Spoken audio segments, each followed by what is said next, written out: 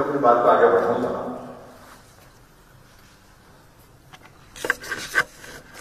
आदरणीय प्रधानमंत्री नरेंद्र मोदी जी सत्ता संभालने के बाद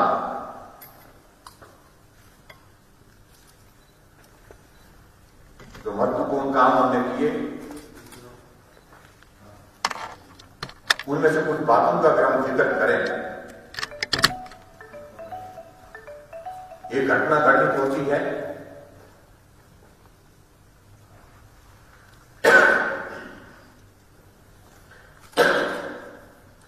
पाकिस्तान से कुछ आतंकी उड़ी सेक्टर में आकर के वहां हमला करते हैं। 18 से ज्यादा जवान उसमें शहीद हो जाते हैं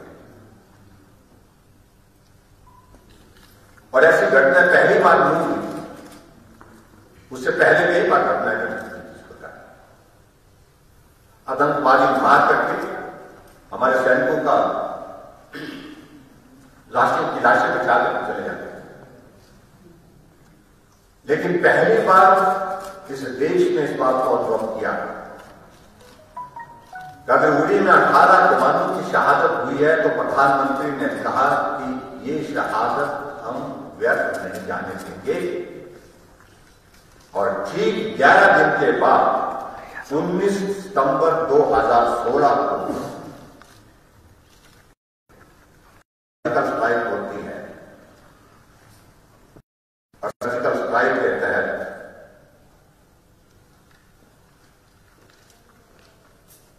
जिन आतंकवादियों ने हमारे सैनिकों के ऊपर हमला किया था, उनकी हत्या की थी, उस शहादत का बदला किया। पूरे देश ने इस बात को अनुभव किया, महसूस किया कि देश को ऐसे बंदूक देती तो क्या आवश्यकता थी जो आज हुई। हम आगे बढ़ते हैं और जटिल मसले, एक शब्द जो है 3 तलाक,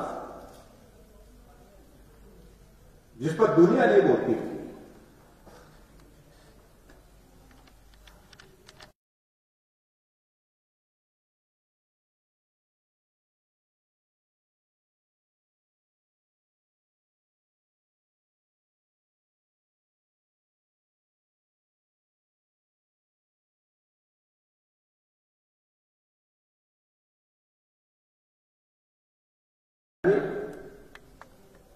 समाप्त करना चाहिए।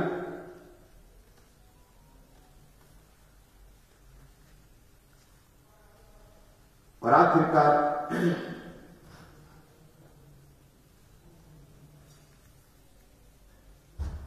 निर्णय हुआ, विधेयक 2019 बनाकर मुस्लिम महिलाओं का जो सशक्तिकरण की दृष्टि से वो कदम भी पूरा किया।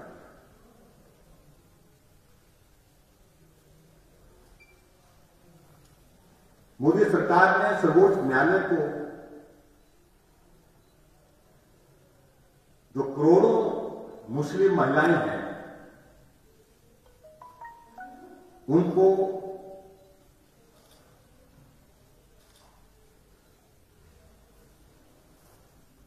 इस 3 तलाक के इस दौर से मुक्ति करो।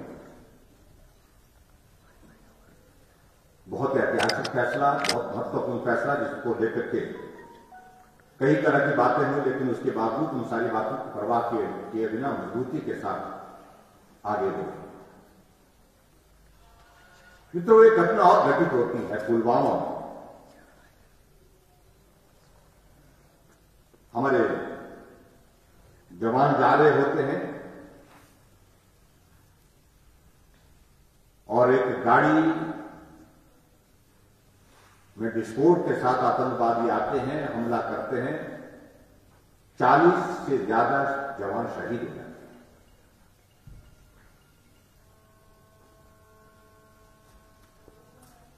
और इस बात को लेकर के भी पूरे देश भर में एक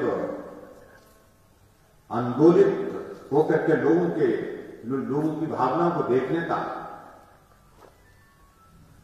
एक अवसर मिला। और ऐसी परिस्थिति में पूरा देश इस बात को लेकर के मान के चला था कि मोदी जी हैं तो स्वाभाविक रूप से इसमें कतई गुंजाइश नहीं है कि इसको, इस काम को, इस कृत्य को जिसने भी किया उनको माफ किया। पूरा देश चाह रहा था जिसके मिनिस्टर जो है बदले की कार्रवाई होनी चाहिए, इसमें मुंह तोड़ जवाब मिलना चाहिए जिन लोगों ने यह काम किया। आखिरकार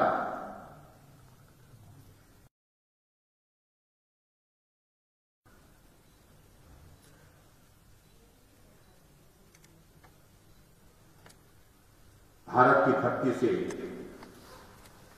हमारे सेना के जवान उड़ान भरते हैं और जाकर के पीओके में जहां उनके वो शिविर, आतंकवादी के शिविर चल रहे थे, वहां हमला करके, एयर स्ट्राइक करके उनका जवाब देते। पाकिस्तान इस परिस्थिति को लेकर के अपनी बात दुनिया के सामने रख ही नहीं पाया।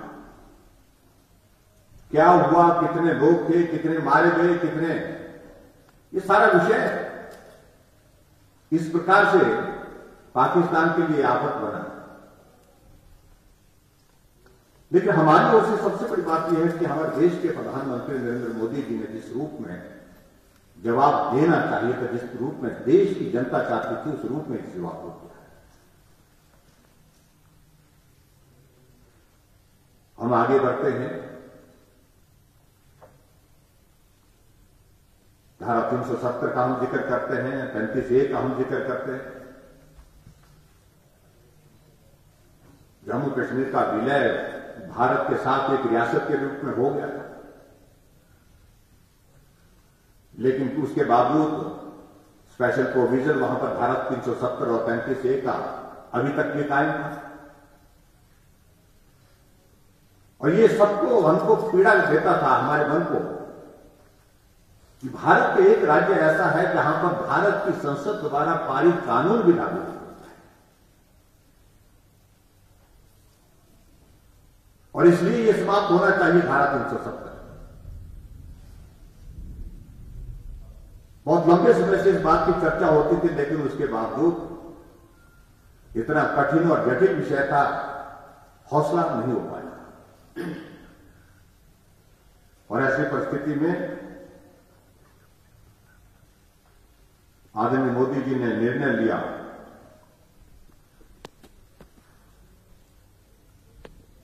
और 5 अगस्त 2019 को राज्यसभा और लोकसभा में इस बिल को पारित किया और धारा 370 को समाप्त किया। मैं निश्चित रूप से इस बात को मानता हूं कि हम लोग सचमुच सौभाग्यशाली है कि हम कश्मीर गवाह हैं कि धारा 370 को अपनी आंखों के सामने समाप्त होते हमने देखा है। जिस धारा 370 की वजह से जम्मू कश्मीर के सचिवालय की छत के ऊपर एक झंडा, एक तिरंगा झंडा नहीं, 2 झंडे होते थे। तिरंगे झंडे के समानांतर जम्मू कश्मीर का अपना झंडा होता था। जिस धारा 370 की वजह से भारत की संसद द्वारा 104 से ज्यादा कानून पारित किए, लेकिन उसके बावजूद वहां पर वो लागू नहीं हुए। एक ऐतिहासिक निर्णय उस दृष्टि से लिया गया। दोनों ही केंद्र शासित जम्मू कश्मीर और लद्दाख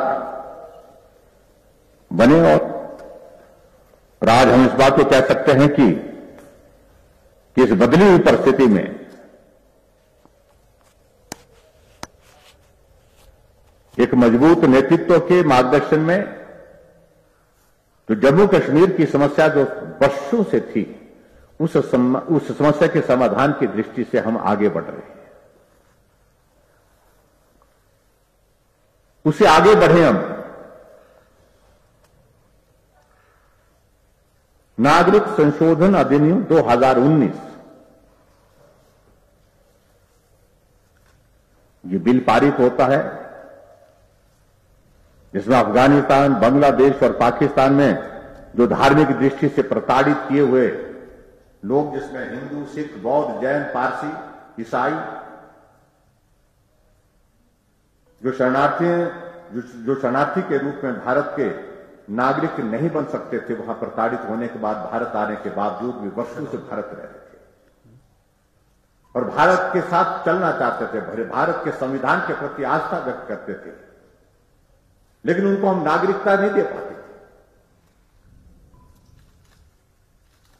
आखिरकार निर्णय हुआ, 11 दिसंबर 2019 को बिल पारित होता है और नागरिक संशोधन अधिनियम जो है 2019 के तहत ऐसे लोगों को जिनको पाकिस्तान ने, बांग्लादेश ने, अफगानिस्तान ने धर्म के आधार पर प्रताड़ित करके विवश कर दिया था, वहां के देश को छोड़ने के लिए और भारत में आकर के वो शरणार्थी के रूप में अपने जीवन वर्षों से यापन कर रहे थे, उनको भारत की नागरिकता हासिल करने का रास्ता साफ किया। हम आगे बढ़कर के और देखें, हम हमेशा कहते थे भारत के लोगों का एक बहुत ही एक भावुक मुद्दा था कि जहां भगवान रामचंद्र जी का जन्म हुआ है अयोध्या में, उनके जन्म स्थान पर भव्य राम मंदिर का निर्माण होना चाहिए। लेकिन मामला इस कदर जटिल था, लगभग 100 वर्ष से उसका समाधान नहीं हो पाया। सैकड़ों लोगों ने उस राम मंदिर के निर्माण के लिए अपने जान की कुर्बानी दी।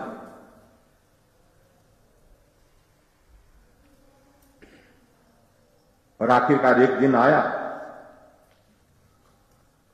जब सुप्रीम कोर्ट ने निर्णय दिया और उस निर्णय का हमने स्वागत किया, अभिनंदन किया 9 नवंबर 2019 को।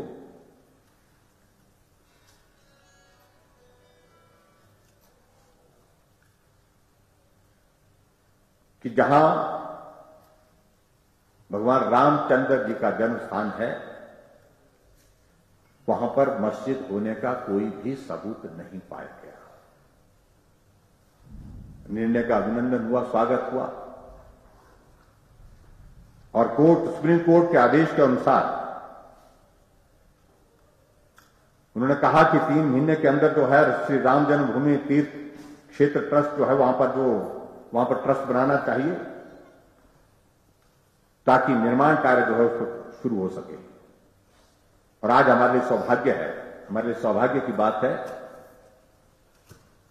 कि जहां भगवान रामचंद्र जी का जन्म हुआ था, वहां भव्य मंदिर के निर्माण का रास्ता साफ हो गया और बहुत जल्दी आने वाले समय में राम मंदिर का निर्माण का कार्य शुरू होकर के पूर्ण होगा। इसी प्रकार से और अगर हम बात करें तो ताजपुर जो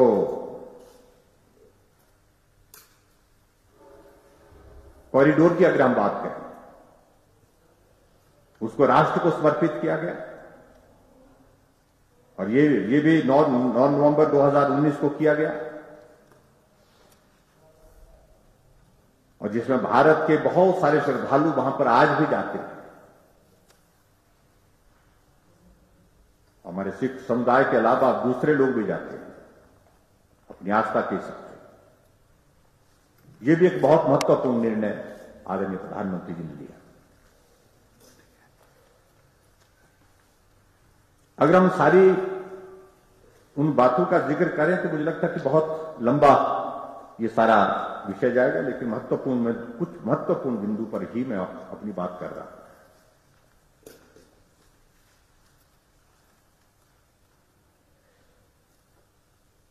भारत के इतिहास में एक बहुत ही महत्वपूर्ण निर्णय लिया जो हमारे सेना के जवानों के लिए 1 रैंक 1 पेंशन, और उस सिलसिले में मुझे लगता है कि बहुत ज्यादा कहने की आवश्यकता नहीं, आप सारी उस बात को अच्छी तरह से समझते हैं।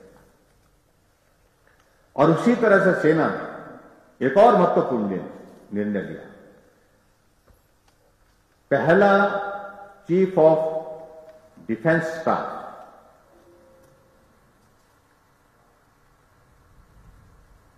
ये नियुक्ति भी आदरणीय प्रधानमंत्री जी ने general Vipin Rawat, chief of defence staff CDS के रूप में एक ऐतिहासिक निर्णय लेकर के पूरा किया।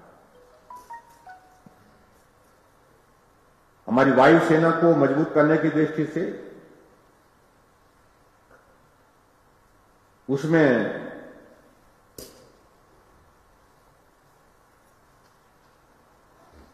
अपाचे लड़ाकू हेलीकॉप्टर उनको शामिल करना जरूरी है। बातें बहुत लंबे समय से चली थी, लेकिन पूरा इस बात को अगर किया आदरणीय नरेंद्र भाई मोदी जी ने किया।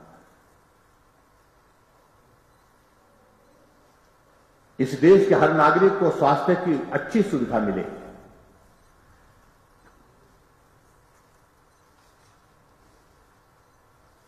अगर व्यक्ति स्वस्थ होगा तो राष्ट्र स्वस्थ होगा। इस भाव के साथ पूरे विश्व की अनूठी योजना स्वास्थ्य के क्षेत्र में आयुष्मान भारत की शुरू की गई और इस आयुष्मान भारत के अंतर्गत पूरे देश के बहुत बड़ी संख्या में ऐसे लोगों को, जो गरीब लोग जो अपना इलाज नहीं कर पाते थे,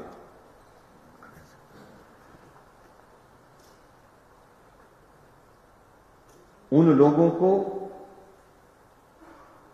5 लाख रुपए तक का हेल्थ कवर जो है इस आयुष्मान भारत के अंतर्गत उपलब्ध कराया, जो एक ऐतिहासिक घटना है, ऐतिहासिक निर्णय है।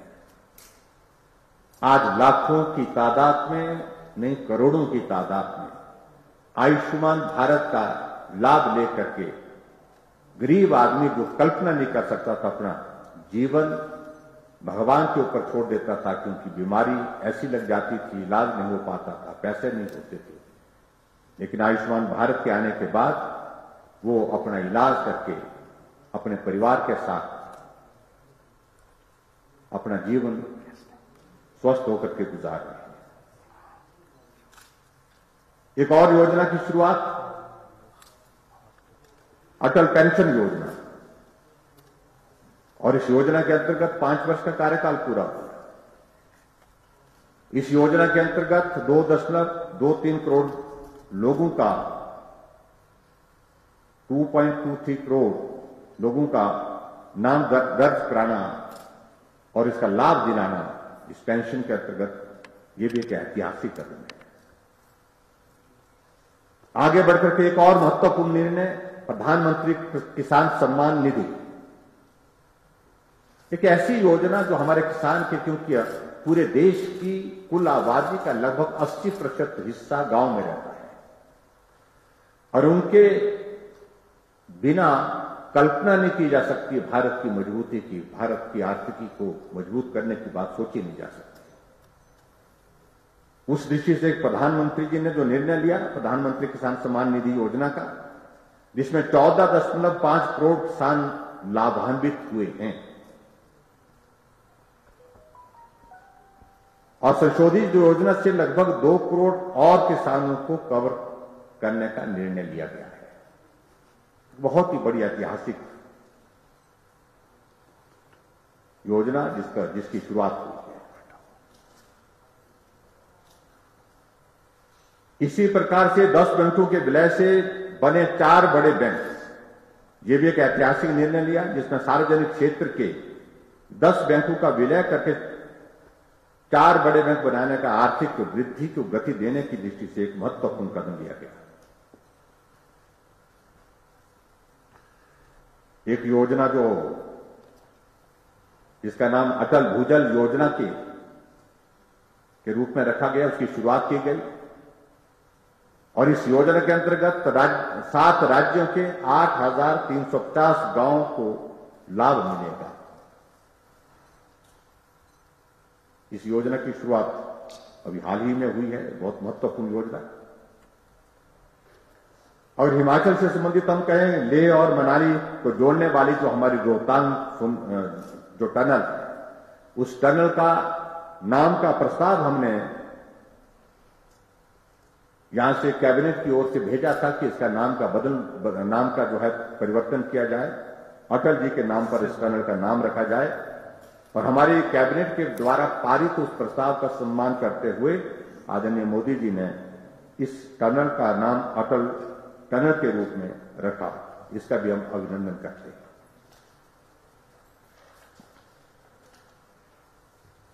इसी प्रकार से तो जहां तक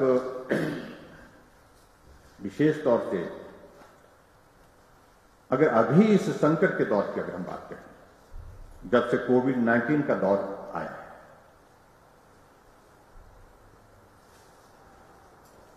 एक वायरस जो चाइना के वुहान शहर से शुरू हुआ था, पूरे विश्व को अपनी चपेट में, अपनी जकड़ में लेते हुए भारत में भी बहुत तेजी से फैलना शुरू हुआ और आदरणीय प्रधानमंत्री जी ने समय रहते महत्वपूर्ण निर्णय लेते हुए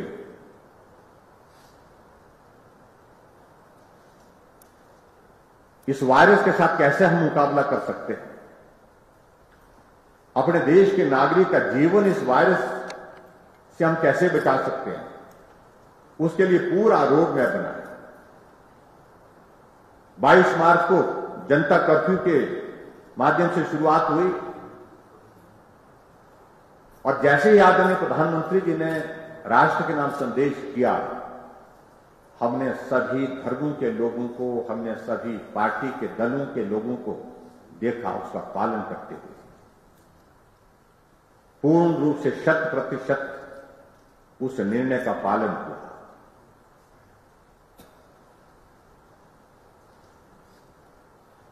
और उसके साथ आगे के जो निर्णय हुए, चाहे वो लॉकडाउन 1, लॉकडाउन 2, लॉकडाउन 3, लॉकडाउन 4, जो भी निर्णय लिए गए, उन निर्णयों का पूरे देश ने सम्मान किया और सम्मान ही नहीं, उसमें पूरा सहयोग दे दिया। क्योंकि आदरणीय प्रधानमंत्री जी ने इस बात को लेकर के बड़ा स्पष्ट किया कि इस वायरस का इलाज नहीं, इसकी वैक्सीन नहीं। ऐसी परिस्थिति में हमको जो महत्वपूर्ण जो कदम उठाने हैं वो यही उठाए जा सकते हैं कि हम सोशल डिस्टेंसिंग में मेंटेन करें, हम मास्क का इस्तेमाल करें। कोई संक्रमित हो गया तो उसके बाद उसको किस प्रकार से जो है अपनी ट्रीटमेंट के दौरान जो है किस प्रकार से सारी चीजों को लेकर के एहतियात बरतने की आवश्यकता है। और खासतौर से इस लड़ाई के खिलाफ जो लड़ने वाले, जो मोर्चे पर खड़े होकर के जो हमारे कोरोना वॉरियर्स, उनको उत्साह देते हुए हमेशा जब भी हमने देखा कि कुछ ना कुछ इस प्रकार से करते हो ताकि हमारा देश मन से मजबूत हो सके इस लड़ाई, इस वायरस के खिलाफ इस लड़ाई को लड़ने के लिए।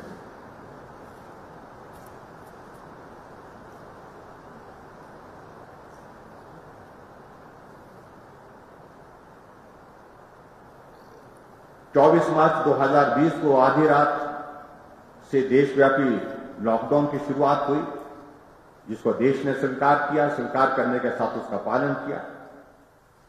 और आज इस बात को हम कह सकते हैं 130 करोड़ की ज्यादा की आबादी का भारत, भले ही मामले बढ़ रहे हैं और अभी भी बढ़ रहे हैं, हम इस बात से सहमत हैं, लेकिन उसके बावजूद अगर हम कहें कि जिस रफ्तार से यूरोपियन कंट्रीज में, चाहे वो इटली है, चाहे वो फ्रांस है, चाहे वो जर्मनी है, चाहे अमेरिका है, जो वहां का डेथ रेट है, उस डेथ रेट से भारत का डेथ रेट कम है। जो वहां का रिकवरी रेट है, उस रिकवरी रेट से हमारा रेट बहुत बेहतर है। और इस बीच में बहुत सारी चीजों को लेकर के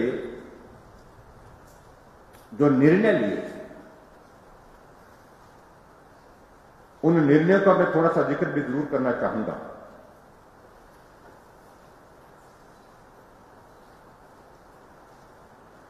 बहुत बड़ी तादाद में लोग जो है विदेशों में फंसे हुए थे। दुनिया के 30 देशों में लगभग 72,500 से ज्यादा लोग जो फंसे थे, तो अभियान चलाया वंदे भारत और समुद्र सेतु। इस अभियान के अंतर्गत जो है उन भारत के नागरिकों को भारत में लाने का काम शुरू किया और उनकी जान बचाने का काम शुरू किया और लगभग 72,500 से ज्यादा लोगों को अपने घर तक पहुंचाया। इसी तरह से स्वाभाविक है जब ऐसा संकट किसी देश में आता है, जब आदमी को लगता है कि जीवन संकट है, चाहे वो गरीब आदमी है चाहे वो अमीर आदमी है, सबकी एक भावना होती है, सबकी इच्छा होती है कि हम अपने घर तक पहुंचे, हम अपने परिवार के साथ इस संकट के समय होने चाहिए, हम परिवार के साथ मिलकर के ये संकट का सामना करेंगे।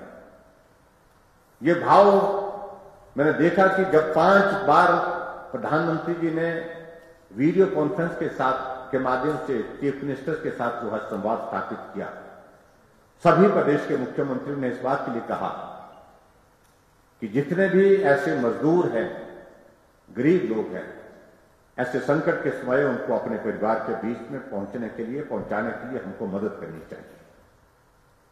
और उसमें आदरणीय प्रधानमंत्री जी ने उसको सहज स्वीकार किया। हम इस बात से सहमत हैं कि प्रधानमंत्री जी उस बात को लेकर के हमेशा बोलते भी थे कि हम जानते हैं कि मामले बढ़ेंगे, कोरोना वायरस के पॉजिटिव मामले और ज्यादा बढ़ेंगे, तेजी के साथ बढ़ेंगे, क्योंकि उसमें संक्रमित जो लोग हैं एक जगह से दूसरी जगह जाएगा, हजारों किलोमीटर का सफर करके जाएगा, तो स्वाभाविक रूप से और लोगों को संक्रमित होने की संभावनाएं और ज्यादा होंगी। लेकिन फिर भी उसके बावजूद कि ऐसे लोगों को उनके परिवार तक, घर तक पहुंचाने के लिए सहयोग करना चाहिए, मदद करना चाहिए। और उस दृष्टि से 28 मई 2020 तक 3,840 श्रमिक स्पेशल ट्रेन के माध्यम से 52 लाख से अधिक प्रवासियों को, गरीब लोगों को उनके घर तक भेजने का काम किया।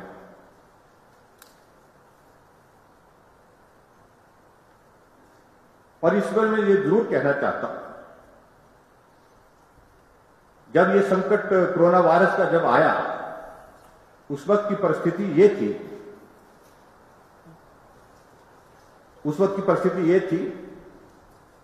कि इस बीमारी से लड़ने के लिए जिन चीजों की आवश्यकता थी, उनमें से अधिकांश चीजें भारत में निर्मित ही नहीं होती थी। मास्क का निर्माण भारत में बहुत कम किया जाता था। सिर्फ जो हमारे डॉक्टर्स हैं, सर्जिकल मास्क के रूप में और कुछ जगह जहां इंफेक्शियस डिजीज के साथ वो पेशेंट का जो ट्रीटमेंट करते थे, वहां मास्क का इस्तेमाल होता था। चाहे वो मास्क की बात है, चाहे वो सैनिटाइजर की बात है, चाहे वो पीपी किट की बात है, चाहे वो वेंटिलेटर की बात है। इसमें अगर हम सैनिटाइजर को छोड़ें, 3 चीजें, मास्क हो गया, वेंटिलेटर हो गया, उसके बाद पीपी किट हो गई, 3 चीजें जो इस कोरोना वायरस में बहुत आवश्यक है, जिसके बिना इलाज संभव नहीं है, जिसके बिना काम ही संभव नहीं है। ये तीनों चीजों के लिए हमको आधारित होना पड़ता था चाइना। भारत में इन तीनों चीजों का निर्माण नहीं होता था। लेकिन आदरणीय प्रधानमंत्री जी ने कहा कि क्या इतना बड़ा भारत, जो हम हर क्षेत्र में काम करते हुए हम आगे बढ़े हैं, ऐसी परिस्थिति में हमको भारत के अंदर ये निर्माण करना चाहिए जहां भारत में एक भी पीपी किट के लिए का निर्माण नहीं होता था। आज भारत में लगभग 300 यूनिट जो है पीपी किट का निर्माण कर रही हैं और एक दिन में 3 लाख से ज्यादा पीपी किट जो है बना करके तैयार करके जो है वो सप्लाई कर रही है। और यही स्थिति हमारे N95 मास्क की। हम भी हिमाचल प्रदेश में महसूस करते थे कि भी डॉक्टर कहते थे कि पीपी किट चाहिए। हम कोशिश करते थे कहीं से मिल जाए, लेकिन बहुत कठिनाई आई। आज हमारे सामने कोई कठिनाई नहीं है, जितनी पीपीई किट की जरूरत हो उससे कई गुना ज्यादा हमारे पास उपलब्ध पड़ी। डॉक्टर कहते थे N95 मास्क चाहिए, लेकिन हमारे पास उसकी सब जगह उपलब्धता करना कठिन था। लेकिन आज N95 का जो है वो भी मैन्युफैक्चरिंग जो है वो उसका प्रोडक्शन भी भारत में शुरू होकर के जो है आज कहीं भी इस प्रकार की कमी नहीं है।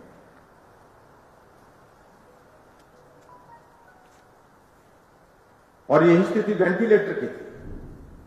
अधिकांश वेंटिलेटर भारतवर्ष में आते थे तो अधिकांश वेंटिलेटर की सप्लाई चाइना से थी, पीपीई किट की सप्लाई चाइना से थी, मास्क की सप्लाई चाइना से थी। आज भारत ने अपने बलबूते खड़े होकर के मात्र 2 महीने के इस कार्यकाल में पीपीई किट की मांग भारत के अंदर ही पूरी कर दी। N95 मास्क की मांग वो भी भारत के अंदर पूरी कर दी, और उसके साथ वेंटिलेटर की मांग को भी पूरा करने की परिस्थिति में भारत आगे बढ़ा है। भारत में वेंटिलेटर की जो है वो का निर्माण करने की भी शुरुआत हुई।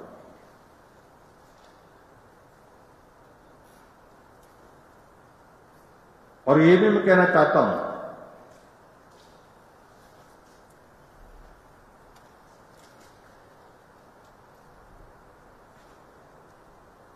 जैसे ही इस महामारी का प्रकोप आया, उस प्रकोप को देखते हुए 1 महीने के अंदर 1.5 लाख जो कैपेसिटी के जो हमारा जो है डेडिकेटेड कोविड के लिए जो बेड की जो जरूरत थी उसके लिए तैयारी की, उसको पूरा किया। और 1 महीने के इसमें 16,000 से ज्यादा वेंटिलेटर आईसीयू जो है बेड डेडिकेट किए गए। एक बहुत ही जिसको मैं कह सकता हूं कि तेजी के साथ उस दृष्टि से काम करने की एक शुरुआत हुई। उसी तरह से मैं एक बात में जरूर ये भी कहना चाहता हूं कि एक दौर था जब राजीव गांधी कहा करते थे कि अगर मैं 1 रुपए भेजता हूं तो जिस आदमी के लिए वो 1 रुपए भेजा होता उस तक पहुंचते पहुंचते मात्र उस तक जो है वो 15 पैसे पहुंचते। यही बोलते थे 15 पैसे बोलते। अब ऐसी परिस्थिति थी, लंबे समय तक कांग्रेस पार्टी का शासन रहा, लेकिन उसके बावजूद भी इस बात पर नहीं सोचा कि अगर 1 रुपए सरकार की ओर से भेजे तो उस गरीब आदमी तक वो 1 रुपए कैसे पहुंच सकता। इसके लिए आदरणीय प्रधानमंत्री जी ने जनधन के तहत खाते खोले, और उस वक्त कई तरह के परिहास किया गया, मजाक किया गया, कई तरह की बातें की गई, ये खाते खोलने का औचित्य क्या है। लेकिन आज आदमी महसूस कर रहा है, खाते खोले गए। आज अगर प्रधानमंत्री जी विभिन्न योजनाओं के माध्यम से जितना पैसा भेजते हैं, दिल्ली से भेजते हैं, अगर 2,000 रुपए किसान सम्मान निधि का भेजा जाता है तो उस उक्त किसान तक जो है, उस व्यक्ति तक जो है वो 2,000 रुपए उसके खाते में पहुंचते हैं। आज उसका क्या लाभ हुआ पूरा देश महसूस कर रहा है।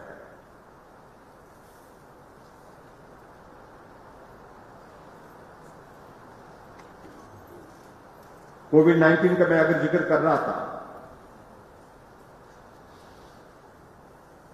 जहां शुरू के दौर में जो है पूरे भारत भर में जो हमारी टेस्टिंग कैपेसिटी बहुत कम थी,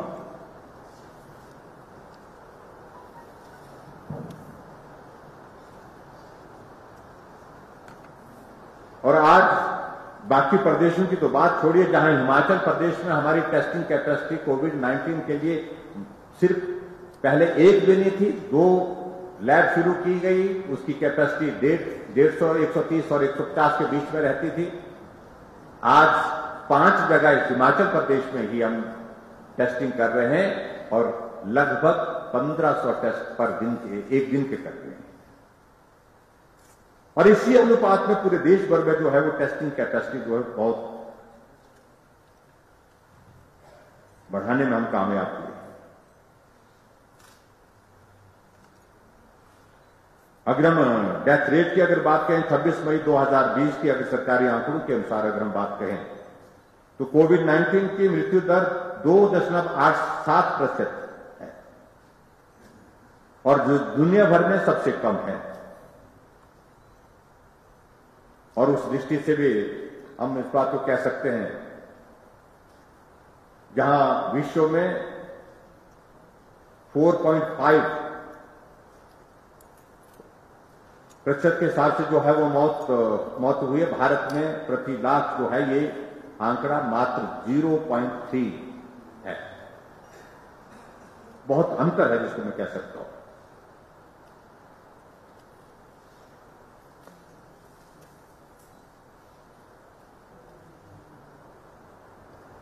एक और शुरुआत की गई जिसको हम आरोग्य सेतु कहते हैं, जिसको डाउनलोड करने के लिए आदरणीय प्रधानमंत्री जी ने सब लोगों से आग्रह किया और अब तक लगभग 12 करोड़ लोगों ने इस ऐप को डाउनलोड कर किया है। और ये एक बहुत बड़ा एक टेक्नोलॉजी के माध्यम से कि जो कोविड-19 के जो मामले हैं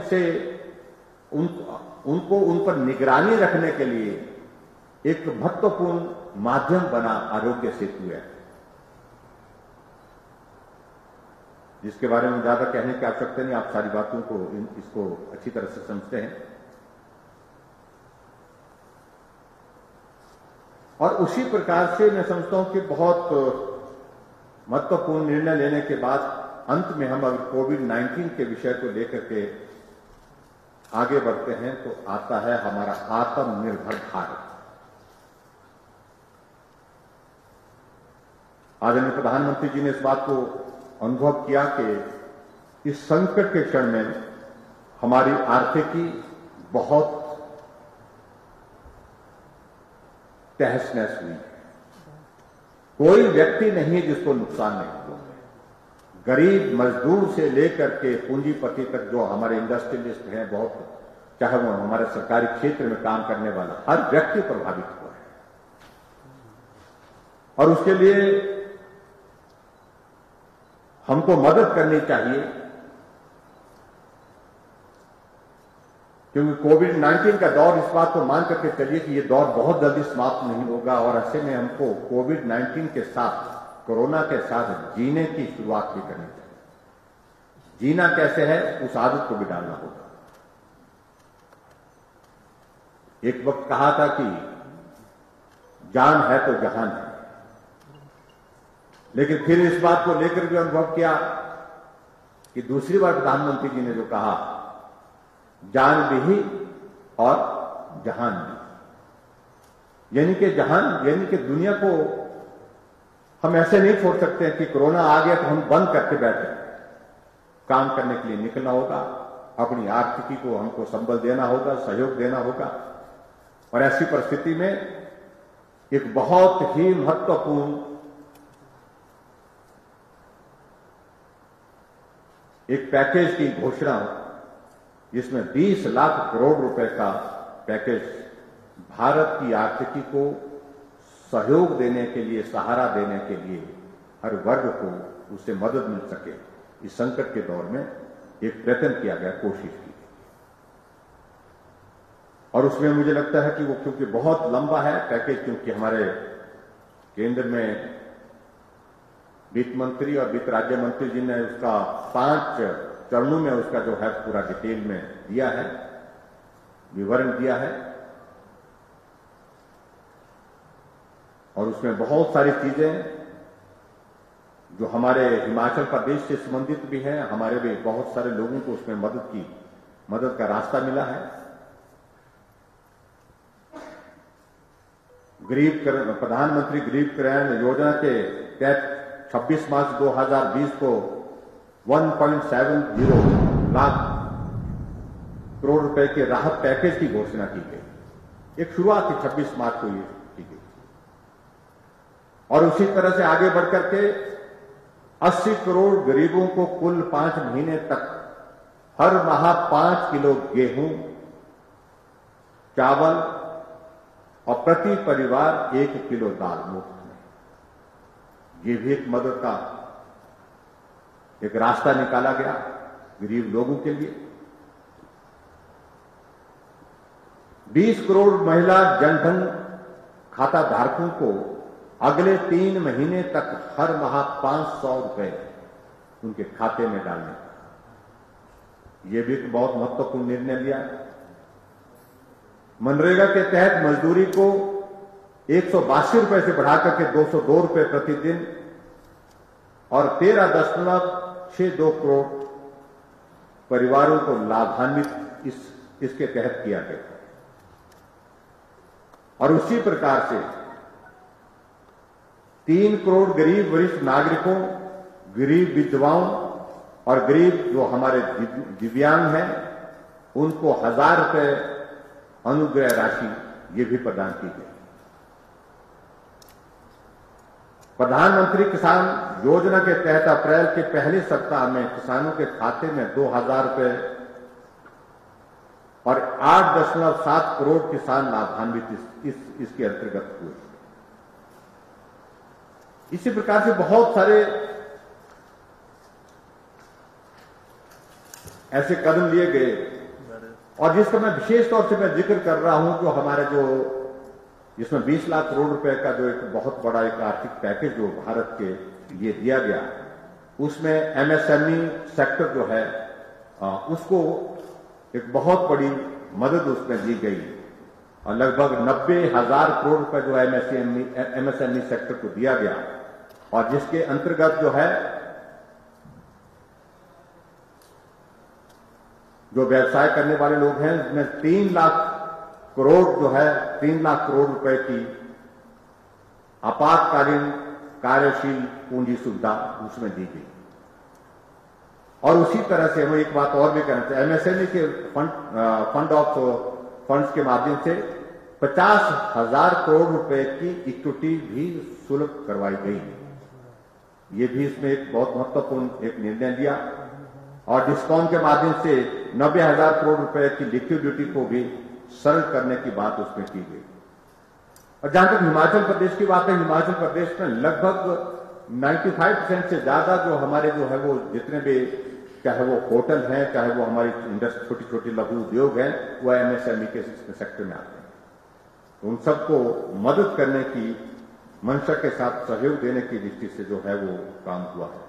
इसके अतिरिक्त बहुत सारी चीजों को लेकर के जो आत्मनिर्भर भारत के अंतर्गत जो कदम उठाए गए हैं, मैं समझता हूं कि वो बहुत लंबी सूची है, उनका हम जिक्र करने के लिए मैं यहीं छोड़ देता हूं। इसी तरह से मित्रों में ये भी मैं कहना चाहता हूं, आप सबके सहयोग से और हिमाचल प्रदेश की जनता के सहयोग से हिमाचल प्रदेश में हमारी सरकार का कार्यकाल भी जो 2.5 वर्ष का पूरा हुआ है और उस कार्यकाल में हमने बहुत अच्छी कोशिश की है। हमने हिमाचल प्रदेश के लोगों की सेवा करने के लिए, चाहे वो हमारी मुख्यमंत्री सेवा संकल्प योजना है, चाहे हमारी सामाजिक सुरक्षा पेंशन के अंतर्गत हमने जो है बुजुर्गों की मदद करने की कोशिश की, चाहे वो महिला सशक्तिकरण की दृष्टि से, चाहे वो उज्ज्वला योजना को आगे सहयोग देकर के जो है गृहिणी सुविधा योजना के माध्यम से, चाहे हिम केयर जो हमने आयुष्मान भारत की तर्ज पर हिमाचल प्रदेश में शुरुआत की, और इसी तरह से सहारा योजना, और इसी तरह से हमारी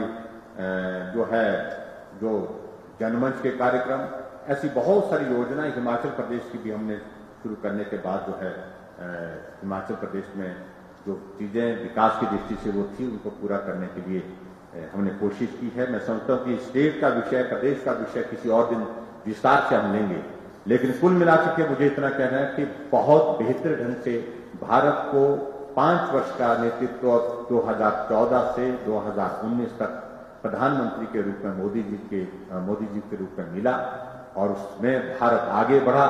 एक भी उदाहरण उस 5 वर्ष के कार्यकाल में भ्रष्टाचार की कहीं से देखने को नहीं मिली, सुनने को नहीं मिला। अन्यथा दूसरी सरकारें होती थी, यही बातें सुनने को होती थी, यही अखबार का हिस्सा होती थी, यही हमारा इलेक्ट्रॉनिक मीडिया का सबसे बड़ा जो है वो न्यूज में देखने को मिलता था, इतने हजार करोड़ रुपए का घोटाला हो गया, इतने लाख करोड़ रुपए का घोटाला हो गया।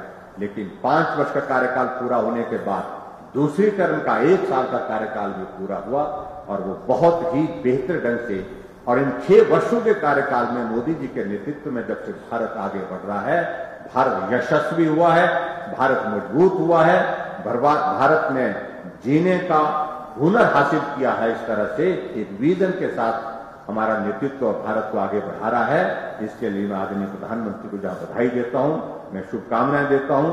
मैं निश्चित रूप से इस बात को भी कह सकता हूं, हिमाचल प्रदेश को भी आदरणीय प्रधानमंत्री जी का बहुत बड़ा सहयोग और आशीर्वाद हर एक क्षेत्र में विकास की दृष्टि से मिला है। उसके लिए आप सबकी ओर से, हिमाचल प्रदेश सरकार की ओर से और हिमाचल प्रदेश की जनता की ओर से उनका आभार और उनको बहुत सारी शुभकामनाएं आगे के कार्यकाल के लिए। बहुत बहुत धन्यवाद।